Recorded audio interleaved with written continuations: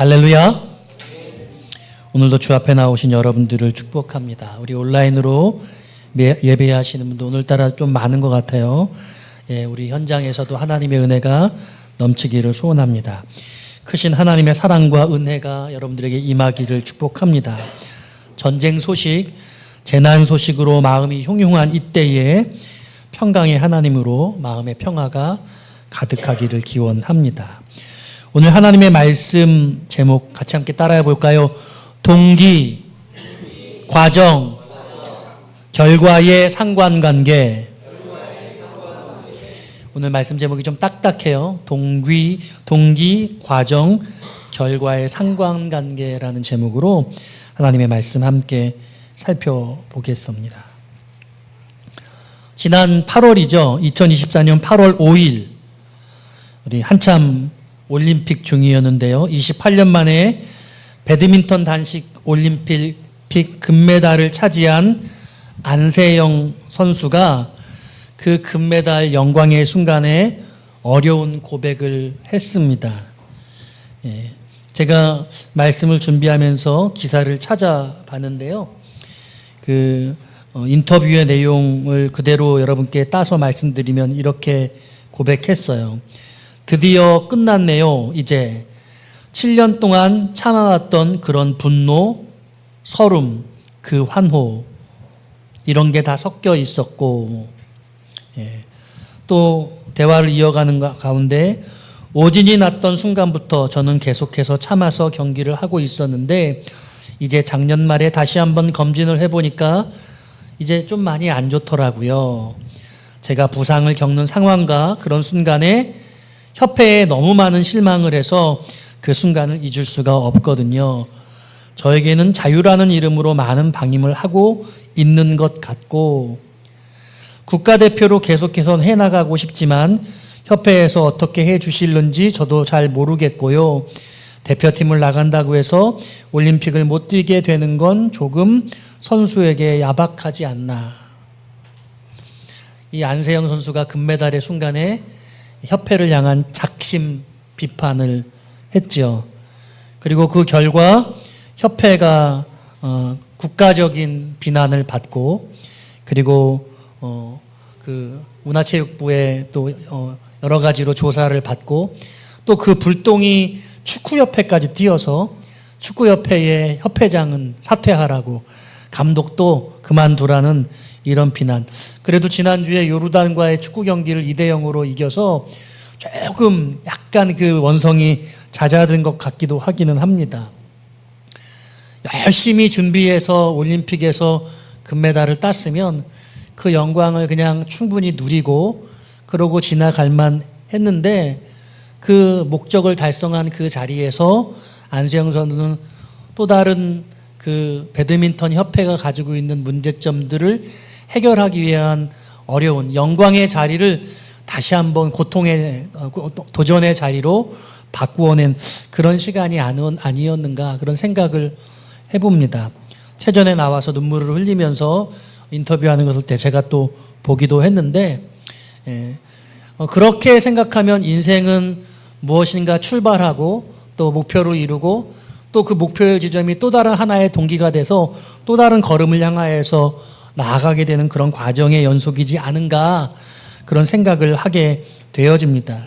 저는 오늘 그래서요 지금 우리가 살아가는 우리의 삶의 방향성들 가운데 동기와 과정과 그리고 어떤 목적 지점 그 목적 지점에 이루게 되는 그 결과와의 상관관계가 성경적으로는 어떤 의미가 있는가를 묵상해 보고 싶었어요.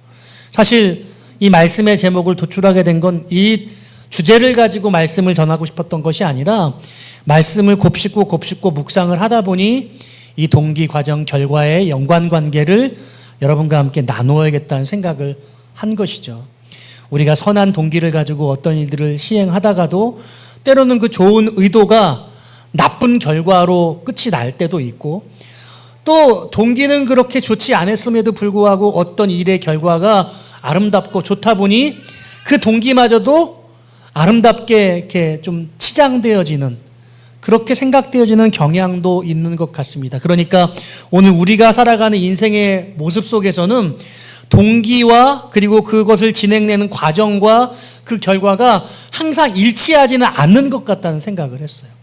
선한 동기인데 나쁜 결과를 초래하기도 하고, 악한 동기, 이기적인 목적으로 시작을 했음에도 불구하고 좋은 결과로 끝을 맺어서 결과적으로 그 사람이 존경받게 되어지고 인정받게 되어지는 일들도 뭔가 불합리한 것 같이 보여지더라는 거죠. 그런데 성경에서는 어떻게 말씀하고 있냐는 거예요. 그게 성경적으로 우리가 어떻게 받아들여야 되는가, 저는 이 부분을 오늘 본문의 말씀을 묵상하면서 여러분과 나누고 싶었습니다. 그러기 위해서는 마태복음의 큰 틀을 좀 이해를 하셔야 합니다. 여러분, 오늘부터 사복음서를 한 권씩 설교를 해나가려고 하는데요. 이 마태복음은 유대인들을 위해서 쓰여진 것 알고 있죠? 이 내용은 유대인들, 예수 그리스도는 유대인들이 그토록 기다리던 다윗의 자손, 아브라함의 자손, 메시아이다라는 것들을 증거하고 있고, 그 메시아이신 예수님이 이 땅에 오셔서 하셨던 메시지가 무엇이냐라는 것은 이 말씀이에요. 회개하라, 천국이 가까이 왔다. 이제 하나님 나라가 아주 가까이 임박했다는 거예요. 그리고 하나님의 나라가 언제 성취되느냐? 예수님이 십자가에 못 박혀 피 흘려 돌아가실 때 하나님의 나라가 이루어진 거예요. 할렐루야. 이게 잘 이제 이해가 안 갈 수 있어요. 왜냐하면 하나님이 온 우주를 만드시고 지구를 만드시고 에덴 동산을 창설하시고 아담과 하와를 지으셔서 이 우주를 다 선물로 주셨어요. 지구를 선물로 주시면서 관리하라고, 여기서 번창하라고, 번영하라고. 그 당시는 죄가 없었어요. 가장 아름다운 모습이었어요. 그런데 그 아담이 하나님과의 관계를 딱 규정하는 딱 한 가지 금지, 에덴 동산의 이 선악을 알게 하는 이 나무만은 먹지 말아야 된다라고 금지했는데, 그 금지를 깨뜨림으로 말미암아 하나님의 창조 질서가 다 무너지게 되지 않았습니까? 그리고 아담 이후에 모든 인류는 죄로 말미암아, 원죄로 말미암아 죽을 수밖에 없어요. 영원한 생명을 가진 자 아무도 없단 말이죠. 다 우리는 죽을 수밖에 없는 존재. 그런데 하나님께서 그 아들 독생자를 보내셔서 예수 그리스도의 십자가 상에서 우리의 모든 인류의 죄를 위해서 피를 흘리시고 죽으신 그 사건, 그리고 다시 부활하신 그 사건으로 말미암아 모든 우주가, 온 우주가 회복된 거예요. 창조의 원형으로 복귀된 겁니다. 그러므로 천국이 다시 회복된 거예요. 임재한 거예요. 그래서 예수님이 메시아로 오셔서 회개하라, 천국이 가까이 왔다, 이런 말씀을 하시고 십자가에 죽으시는 그 순간 천국이 도래한 거예요. 그 예수님의 죽으심을 바라보면서 천국이 가까이 왔다고 말씀하셨거든요. 그리고 마태복음 전장 내에서 천국에 대한 메시지가 엄청나게 많이 반복적으로 여러 측면으로 나오고 있습니다. 그리고 그 마태복음에서도 핵심 메시지가 마태복음 5장, 6장, 7장에 등장하는 산상수훈이에요. 이 산상수훈의 내용이 무엇인가? 이렇게 시작합니다. 심령이 가난한 자는 복이 있나니 천국이 저희들의 것이다. 산상수훈 시작하면서 천국을 말씀하세요. 팔복을 이야기하죠. 그리고 너희는 세상의 소금이다. 너희는 세상의 빛이다. 나는 율법을 폐하러 온 것이 아니라 율법을 완성하기 위해 왔다. 제사드리기, 제물을 드리기 전에 먼저 형제와 화목하고 그 후에 예물을 드리라.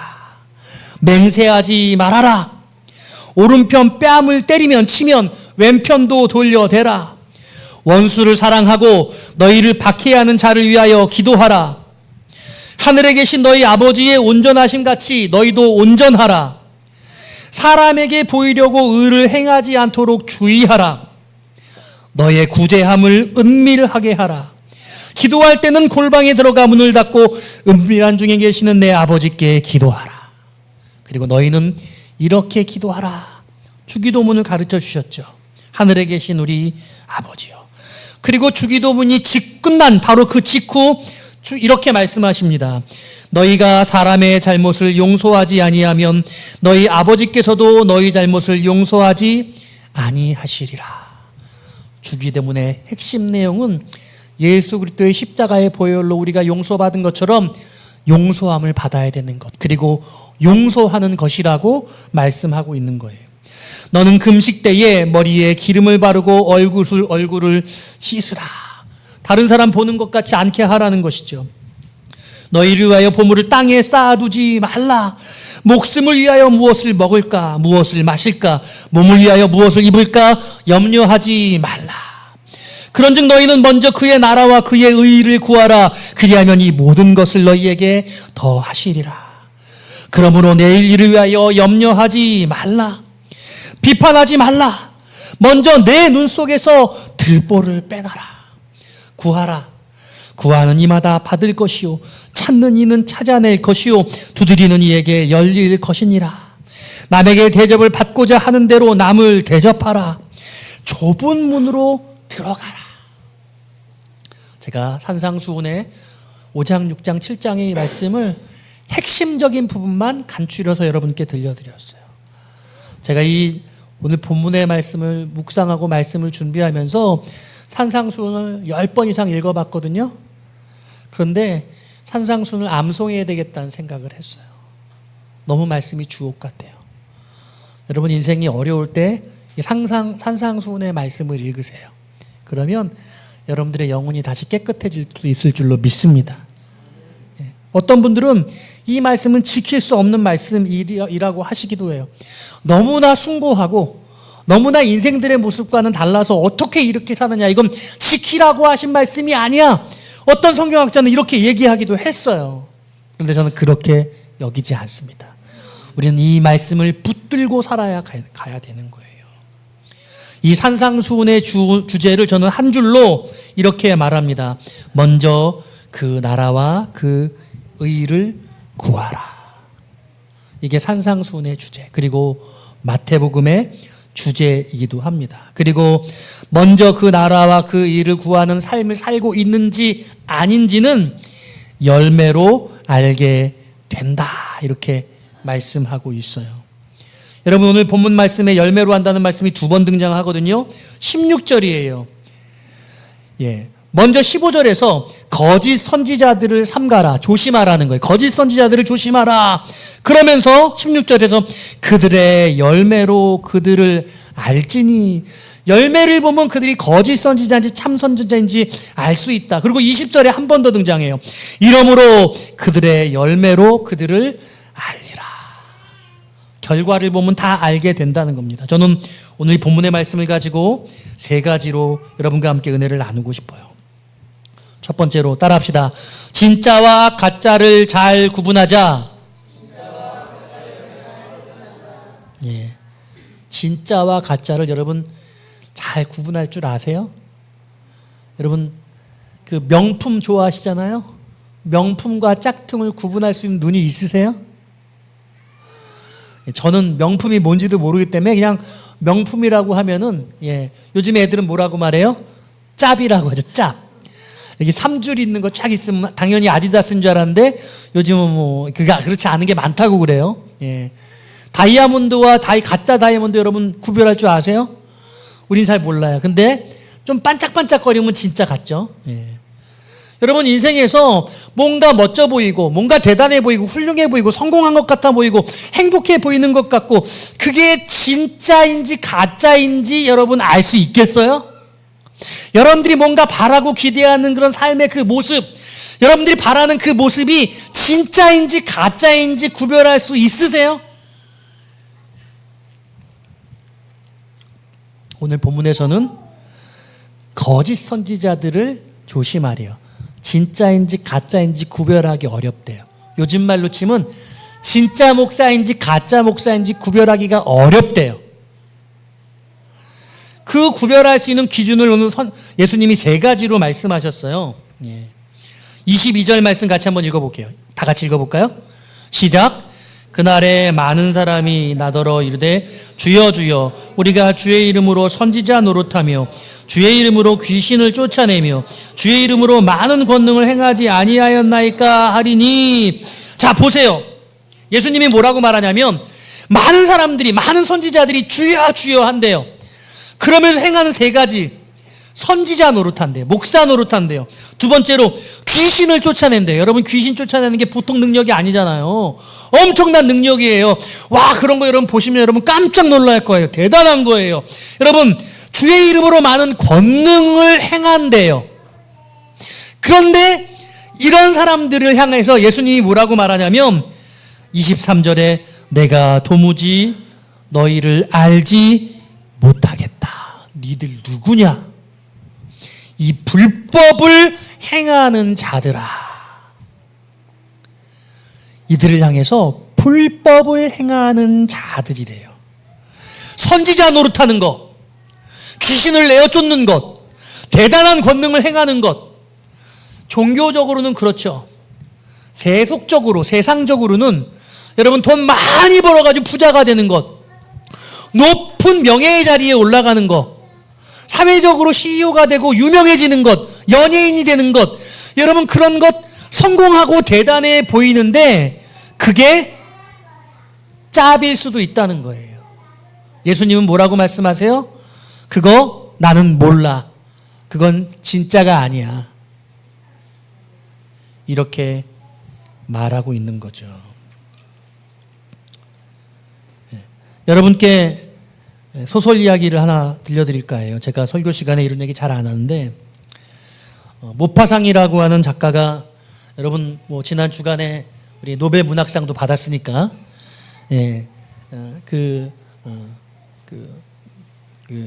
이 소설을 썼어요. 이 소설의 주인공은 마틸드예요. 여러분 나중에 맞춰보세요. 아름답고 매력적이지만 허영심이 아주 많은 여자였어요. 사치스럽고 화려한 삶을 동경했습니다. 돈 많고 멋진 남자와의 결혼을 꿈꿨어요. 그런데 자기도 그렇게 멋진 인생이 아니었기에, 잘 나간 사람이 아니었기에 평범한 그런 집안 출신의 공무원이었던 루아젤이라는 사람과 결혼을 하게 됩니다. 이 마틸드에게는요, 수녀원 부속 여학교를 다니던 동창 잔 포레스티에라고 하는 친구가 있었습니다. 그런데요, 이 남편이 하루는 아주 고급 공무원들, 자기 높은 관료들이 모이는 파티에 초청장을 가지고 와서 아내에게 선물을 합니다. 이 마틸드가 이 초청장을 받고 자기 입으로 없는데 어떻게 가냐고 그렇게 투덜대는 거예요, 남편한테. 그러니까요, 모아놓았던 돈 400프랑이 제법 큰 돈이에요. 그런데 사냥 가려고 모아놨던 돈이었는데 이 400프랑을 아내한테 내어주면서 옷을 사입으라고 합니다. 그래서 멋진 드레스를 샀어요. 그래서 입어봅니다.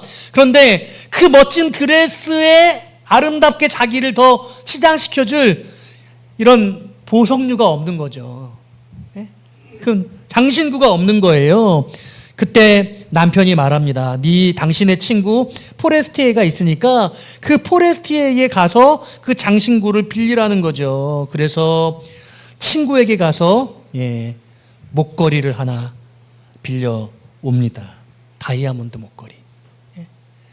그리고요, 마틸드는 이 파티에 참석했습니다. 그리고 이 파티에 참석했던 후기를 이렇게 말해요. 여러 남자들로부터 주목을 받으며 춤상되어 달라는 요청을 받아 하룻밤 동안 꿈같이 즐거운 시간을 보낸다. 이 순간 마틸드는 인생에서 가장 행복한 시간이었다. 너무너무 화려하고 아름다워 수많은 사람들에게 눈총을 받는 그런 시간이었다는 거죠. 그런데 돌아와서 집에 와서 거울 앞에 자기 섰는데 깜짝 놀라는 거예요. 자기가 하고 왔던 다이아몬드 목걸이가 없어져 버렸어요. 어디 갔는지 찾을 수가 없었습니다. 그래서요, 어떻게 이 목걸이를 돌려줄까 고민을 하다가요, 그 목걸이와 비슷한 그 케이스, 그리고 그 목걸이를 산지 소문을 해가지고요, 비싼 돈, 자기의 집을 이사하고 그리고 여러 가지 잔업을 하면서 무려 10년 동안 노동을 하면서 그 돈을 빌린 것을 갚기 위해서 애썼거든요. 그리고 그 목걸이를 돌려주지요. 그 빚을 갚는데 10년이 들렸다고 그렇게 이 책에서, 소설에서 묘사하고 있어요. 그리고 10년이 지나고 그 빚을 다 갚은 어느 날 이 마틸드가 친구를 만났습니다. 그리고 친구에게 온화한 마음으로 고백을 하는 거죠. 내가 장관댁 파티에 가려고 너에게 빌렸던 그 다이아몬드 목걸이 기억나? 응, 그런데 왜? 그게 왜? 사실 그걸 그때 잃어버렸거든. 뭐라고? 그거 나한테 돌려줬잖아. 내가 너에게 돌려준 목걸이는 똑같지만 다른 물건이었어. 그걸 산 돈을 갚는데 10년이 걸렸지. 빈털터리였던 우리에게 그게 쉽지 않은 일이었다는 건 너도 짐작할 수 있을 거야. 하지만 이제 다 해결됐어. 그래서 아주 마음이 가쁘네. 이렇게 친구에게 고백을 했어요. 이 포레스트의 부인이 순간 걸음을 멈춥니다. 그러니까 내 것 대신 다른 다이아몬드 목걸이를 사왔단 말이야? 그래, 아직까지 몰랐구나. 또 하긴 뭐 모양이 똑같으니까. 이 주인공 마틸드는 자랑스러우면서도 순박해 보이는 미소를 보였습니다. 이 포레스트의 부인이 감정이 격해져서 친구의 두 손을 꼭 붙잡습니다. 이렇게 고백해요. 오, 가여운 마틸드. 그 목걸이 하나 때문에 이런 비극을 겪다니. 그날 빌려준 내 목걸이는 가짜였어. 기껏해야 500프랑밖에 나가지 않는 거였는데. 네, 이러면서 소설이 끝나요. 네. 네, 여러분, 우리 인생이 이렇게 가짜일 수 있다는 거죠. 우리가 목표하고 바라는 모든 것이 허상이고 물거품 같을 수 있다고 모파상은 이 소설을 통해 우리에게 들려주고 있는 거예요. 이 모파상의 다른 책, 여자의 일생이라는 소설도요, 읽어보면 그렇게 허무할 수가 없어. 나보고 이렇게 살라고, 나는 이런 여성으로 난 살지 않을 거야, 막 이런 생각을 하게 돼요. 그런데 그렇게 생각하면 잘못 책을 읽은 거죠. 그렇다면 어떻게 의미 있는 인생을 살 것인가를 물어야 되거든요. 제가 오늘 이 소설을 통해서 여러분께 들려드리고 싶은 이야기는 세상을 추구하며 가짜에 속지 말라는 거예요. 참된 허상이 아닌 실상을 바라보라는 겁니다. 나더러 주여 주여 하는 자마다 다 천국에 들어갈 것이 아니라고 말씀하고 있어요. 밖에 드러난 것이 결과물 같지만, 뭔가 대단하고 아름다운 것 같지만 그것은 다 거짓입니다. 오히려 가장 중요한 메시지는 오늘 두 번째 메시지인데요. 따라합시다. 결과보다 원인과 동기에 집중하라. 이 명제는 되게 딱딱한 명제일 수 있어요. 그러나 오늘 이 본문에서 이 명제를 찾아내는 건 여러분 결코 쉽지 않습니다. 여러분이 본문을 읽고 또 읽어보세요. 여러분 어떤 뜻인 것 같습니까? 16절에 이렇게 말해요. 그들의 열매로 그들을 알지니, 이렇게 말하잖아요. 그러니까 뭐가 중요해요? 결과가 중요해요. 중요한 것은 결과예요. 무조건 열매를 맺어야 돼요. 그러니까 결과 중심적인 인생을 살아야 돼요. 이렇게 설교할 수 있잖아요. 그런데 그게 진리가 맞냐고요. 17절에는 이렇게 말해요. 이와 같이 좋은 나무마다 아름다운 열매를 맺고 못된 나무가 나쁜 열매를 맺나니. 근데 이 말씀이, 똑같은 말씀이 18절에도 19절에도 반복돼요. 조금 표현만 달라져요. 좋은 나무가 나쁜 열매를 맺을 수 없고 못된 나무가 아름다운 열매를 맺을 수 없느니라. 당연하죠. 19절, 아름다운 열매를 맺지 아니하는 나무마다 찍혀 불에 던져지느니라. 이러므로 그들의 열매로 그들을 알리라. 이 말이 어떤 뜻이냐면요, 좋은 나무는 반드시 좋은 열매를 맺게 된다는 거예요. 나쁜 나무는 아무리 열심히 노력해도 나쁜 열매를 맺을 수밖에 없다는 거예요. 농부가 나쁜 씨를 뿌리고 나쁜 나무를 심고 아무리 열심히 가꿔도 그 나무는, 그 씨는 나쁜 열매, 나쁜 결과를 얻을 수밖에 없는 거죠. 맞죠? 아무리 농부가 훌륭해도 그렇습니다. 그러므로 중요한 건 좋은 나무이냐는 거예요. 좋은 나무. 여러분, 그러니까 어떤 목적을 향해서 그 목적을 위해서 막 정신없이 달려가는 그게 중요하지 않고 매일매일의 삶 가운데 내가 아름답고 하나님이 기뻐하실 만한 삶을 이루어내는 그 매일매일의 삶이 중요하다고 말씀하는 것이거든요. 다시 말하면 여기서 열매가 뭐냐는 거예요. 오늘 이 산상수훈에서 하나님이 말씀하시고자 하는 가장 중심이 뭐냐는 거예요. 마태복음은 열매로 그들을 알 것이라고 말씀하셨어요. 신약 성경의 그 어떤 성경보다 마태복음이 열매라는 단어가 많이 나와요. 여러분 제가 읽어드릴게요. 3장 8절이에요. 그러므로 회개에 합당한 열매를 맺고 3장 10절입니다. 이미 도끼가 나무 뿌리에 놓였으니 좋은 열매를 맺지 아니하는 나무마다 찍혀 불에 던져지느니라. 그리고 7장에 여러분 제가 읽어드렸죠. 12장입니다. 나무도 좋고 열매도 좋다 하든지 나무도 좋지 않고 열매도 좋지 않다 하든지 하라. 그 열매로 나무를 아느니라. 21장 19절이에요. 길가에서 한 무화과 나무를 보시고 그리로 가사 잎사귀밖에 아무것도 찾지 못하시고 나무에게 이르시되 이제부터 영원토록 내가 열매를 맺지 못하리라 하시니 무화과 나무가 곧 마른지라. 21장 34절이에요. 열매 게둘 때가 가까움에 그 열매를 받으려고 자기 종들을 농부들에게 보내니. 41절이에요. 그들이 말하되 그 악한 자들을 진멸하고 포도원은 제때에 열매를 바칠 만한 다른 농부들에게 새로 줄지니라. 43절입니다. 그러므로 내가 너희에게 이르노니 하나님의 나라를 너희는 빼앗기고 그 나라의 열매 맺는 백성이 받으리라. 계속 마태복음이 열매를 강조하고 있어요. 근데 그 열매라는 게 뭐냐는 거예요. 오늘 산상수훈에서 가장 중요한 건 뭐예요? 여러분 24절이라고 제가 말씀드렸어요. 24절 같이 한번 읽어보기 원해요. 24절입니다. 다 같이 우리 큰 목소리 읽습니다. 시작. 그러므로 누구든지 나의 이 말을 듣고 행하는 자는 그 집을 반석 위에 지은 지혜로운 사람 같으리니. 나의 이 말을 누구든지 나의 이 말을 듣고 행하는 것. 앞에 23절에서 이 불법을 행하는 자들아 나는 너희들을 도무지 알지 못한다. 나의 이 말을 듣고 행하는 이 말이 뭐예요? 산상수훈에서 쭉 주님께서 하셨던 말씀들, 그 말씀을 듣고 행하는 것이라고 말씀하고 있어요. 그게 삶의 동기가 되어야 하는 거예요. 그리고 그게 좋은 나무예요. 그 좋은 나무의 자질이고 그 좋은 나무의 제목인 겁니다.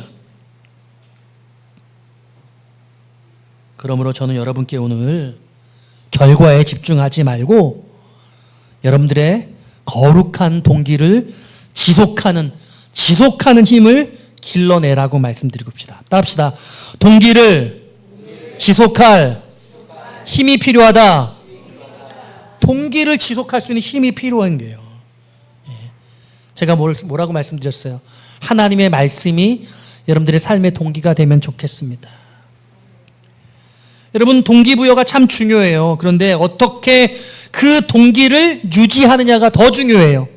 작심삼일이잖아요. 우린 결심하고 3일이면 그 결심을 포기해요.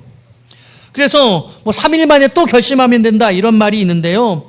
동기부여보다 동기 유지가 더 중요하다는 말씀을 드리는 겁니다.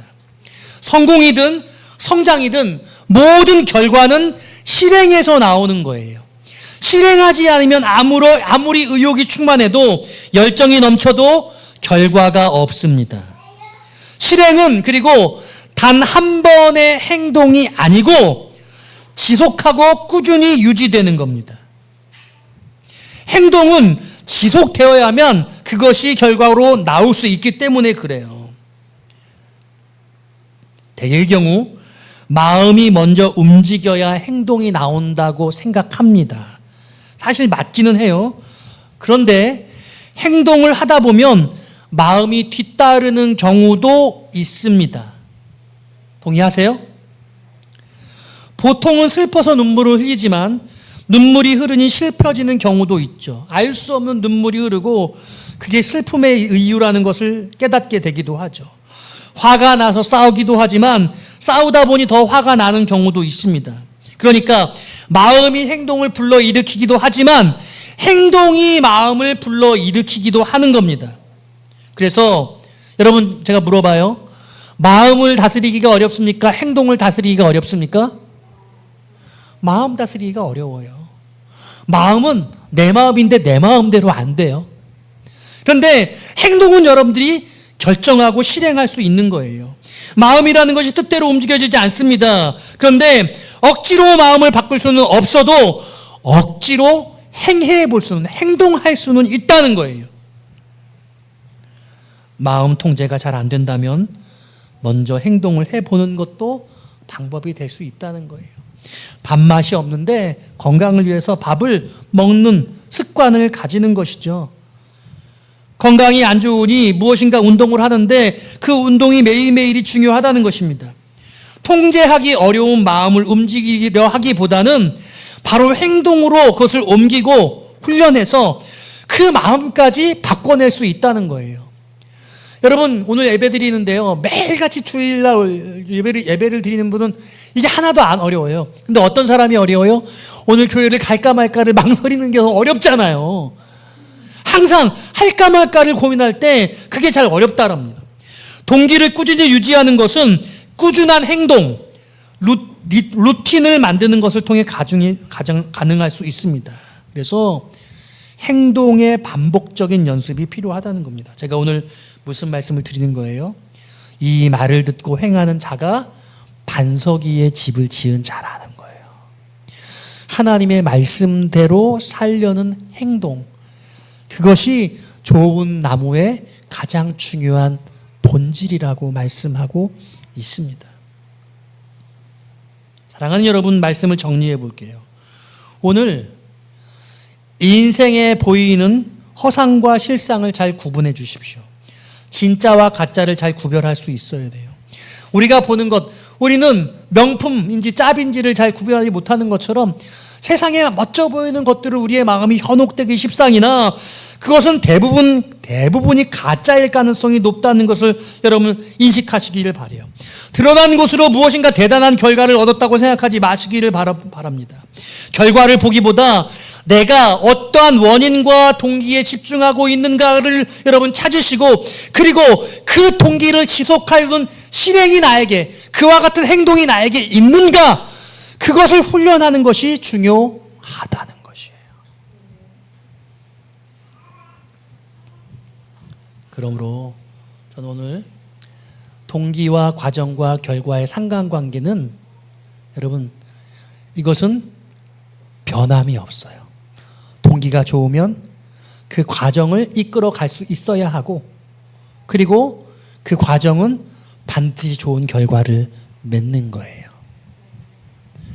목표를 설정하는 것이 중요하고 목표를 이루기 위해서 애쓰는 것이 중요하지만 우리는 그보다 더 우리가 어떤 마음으로 출발을 했느냐 하는 것이 중요하고, 그 마음의 출발은 하나님의 말씀에서 비롯해야 되고, 그 하나님의 말씀을 실행하는 삶이 우리의 매일매일의 삶 가운데 있다고 한다면 하나는 우리의 인생에 아름다운 결실을 맺을 수 있도록 하시겠다고 이 산상수훈을 통해서 약속해 주시고 계세요. 믿으십니까?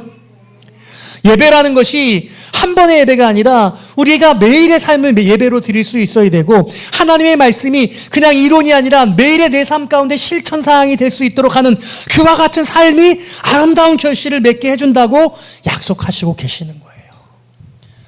그러므로 이 한 산상수훈이 여러분들의 삶의 금과 옥조가 되어서 어려운 삶의 문제가 있을 때마다 이 산상수훈을 살펴보고 내 마음의 동기가 하나님의 말씀에 기초하고 있는가, 이 하나님의 말씀을 기초해서 내 삶이 계속해서 행위되어지고 있는가를 살피실 때 하나님 여러분들을 반드시 열매 맺게 하시는 인생으로 이끌어 가실 줄로 믿습니다. 여러분 믿음으로 좋은 나무 되셔서 아름다운 열매를 맺으시는 인생 되시기를 주님의 이름으로 축원드립니다.